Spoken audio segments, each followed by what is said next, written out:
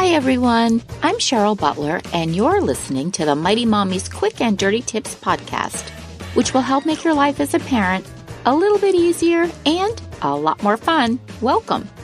Today's episode is number 579, 6 science-based techniques to help stressed out kids, because homework, peer pressure, worldly worries, it's a lot for a kid to process. When stress bears down, these 6 scientific techniques will help your child and you cope. Wouldn't it be great if our kids could wake up each day and simply enjoy the many pleasures of childhood? Riding bikes with neighborhood friends, building Lego castles, trying out for the school baseball team, sitting down to a plate of warm chocolate chip cookies and ice-cold milk without a care in the world? A carefree childhood is something we wish all kids could experience. But the reality is that today's kids face a lot of stress and worry in their daily lives. Stress comes in many forms, from school drama like peer pressure and dealing with learning challenges, to family worries like divorce, financial hardships, and moving. You can help your child by learning to recognize the signs of stress and teaching him healthy ways to deal with it. So here are 6 tangible tools that can help your kids stay on an even keel. Keep the lines of communication open. Visualize a positive result. Reduce negative self-talk. Practice the 5-4-3-2-1 coping technique. Count your blessings. And take deep breaths. Let's start with the first technique. Keep the lines of communication open. If you notice that your child is looking more worried or stressed than usual, ask her what's on her mind. Having regular conversations can help a family work together to better understand and address any stressors that children are experiencing.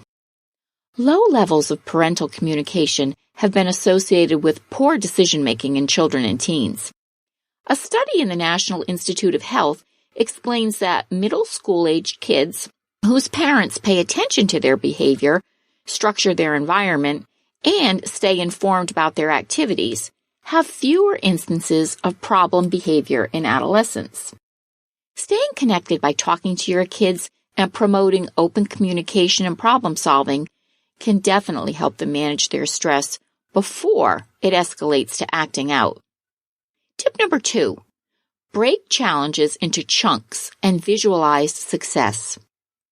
Dr. Michelle Borba, a globally recognized educational psychologist and parenting expert, shared some powerful advice in an article for U.S. News, How to Help Kids Keep Calm and Carry On in Uncertain Times.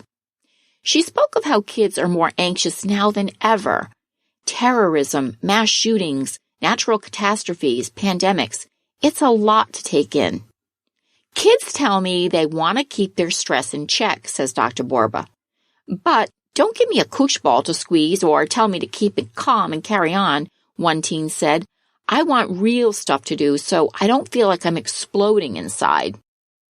Dr. Borba has some unique experiences with kids under stress. She trained mental health counselors in the Army to help military kids cope during their parents' deployments. It was there that she learned about the intense training that Navy SEALs undergo. This elite military group must learn how to react to stress amid chaos. I grew up in a military family, so this resonated with me. Navy SEALs combat stress by visualizing a positive result when they face a dangerous challenge. This technique allows them to manage a significant problem by breaking it down into smaller, more manageable chunks. Here's an example. Let's say your daughter is panicked about how she'll survive a whole semester of algebra. Help her achieve a successful outcome by visualizing herself making smaller accomplishments one step at a time. First, she'll imagine completing her homework assignment. Then, she'll picture herself wrapping up her first week of algebra classes. Next, she'll imagine passing her first quiz. Each step of the way, she'll set a small goal and picture herself achieving. Rising to a huge challenge can be overwhelming when you only look at the big picture. But it's easy to imagine yourself meeting a small goal, like finishing a homework assignment. Help your child visualize success. Take that first little step and then move on one little step at a time until they succeed.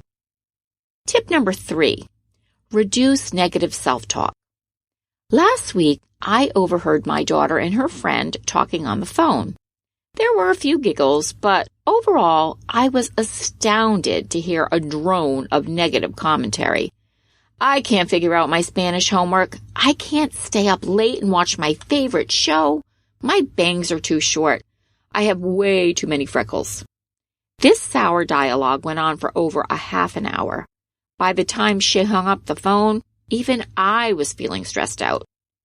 Having an Eeyore mentality can fuel stress, especially when you make negativity a habit. The Mayo Clinic touts better health for those who keep negative self-talk at bay. And in that article, it states that some benefits of positive thinking include an increased lifespan, improved resistance to the common cold, less depression, better coping skills during hardships and times of stress. We often default to negative thoughts without even realizing it. Encourage your kids to tune into the thoughts that run through their heads and recognize when they're being cynical, discouraging, or critical. My daughter says, I can't almost out of habit. I can't figure out my Spanish homework. It's too hard. I remind her to shift that negative thinking from I can't to how can I? That diverts her mindset away from thinking something's impossible to recognizing it as a solvable problem in need of creative solutions. How can I find a way to understand this assignment? Learning to notice, let alone eliminate negative self-talk takes practice, but with encouragement, your child can nix the negativity. Tip number 4, practice the 5-4-3-2-1 coping technique. When worry consumes us, a distraction can help divert our anxiety towards something useful and productive. The University of Rochester Medical Center recommends a simple coping strategy called the 5-4-3-2-1 technique. Here's how it works. You take a moment to notice and acknowledge 5 things that you see around you, like an apple, a spoon, a rock, a family photo, a computer. Then 4 things that you can touch around you, like the wall, your chin, a book, your dog. 3 things that you hear, a clock ticking, a dog barking, a car driving down the road. Then 2 things that you can smell, dinner being prepared or fresh cut grass. And finally, 1 thing you can taste, maybe minty chewing gum. This mindfulness exercise interrupts your child's worrying and anchors him in the present moment, which allows him to regroup and calm down. Tip number 5, count your blessings. Waking to warm rays of sunshine peeking through your bedroom window is a pleasant way to start the day. Taking the time to be grateful for the beautiful weather is even better. Research shows that people who consistently practice gratitude tend to be happier and less depressed. Making gratitude a habit is a terrific stress buster for young and old alike. Children who are appreciative of the good in their life, they can deal with stressful situations better than those who take things for granted. Here's a quick tip for you. A fun way to build a healthy gratitude habit is to use one of my favorite characters, Pollyanna, as a role model. Pollyanna is a beloved fictional character in a 1913 book by Eleanor Porter.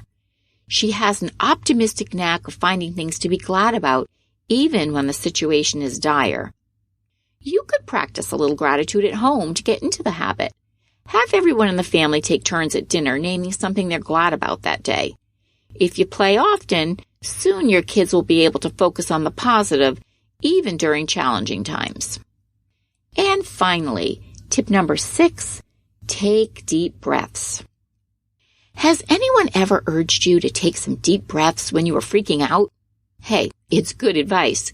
Deep breathing increases the supply of oxygen to your brain and stimulates the parasympathetic nervous system, which promotes a state of calmness. Breathing techniques help you feel connected to your body. Focusing on your breath diverts your awareness away from the worries in your head and helps quiet your mind. If you head over to the show notes on my page for this episode, you can check out this soothing video about using a 4-7-8 breathing exercise to alleviate anxiety and stress. It explains how to gain control of fears and stressful situations by breathing mindfully. It's perfect for watching with your child. Then you can practice the technique so you'll both be armed and ready when stress arises. Just go to www.quickanddirtytips.com/mighty-mommy and look for episode number 579 titled 6 Science-Based Techniques to Help Stressed Out Kids. How do you help your child keep stress at bay? Join the conversation and share your thoughts in the comments section at quickanddirtytips.com/mighty-mommy. The Mighty Mommy Facebook page or Twitter are also places that you can connect with me. And you can also email me at mommy@quickanddirtytips.com. Listen and subscribe on Apple, Spotify, Google, Stitcher, or wherever you get your podcasts. As always, thanks so much for listening this week. Check back next week for my episode on creative ways you can help your child beat boredom. Because how many times have you heard your kids say, "I'm bored"? I'll share some imaginative ways to keep them happy and busy. So, until next time, happy parenting.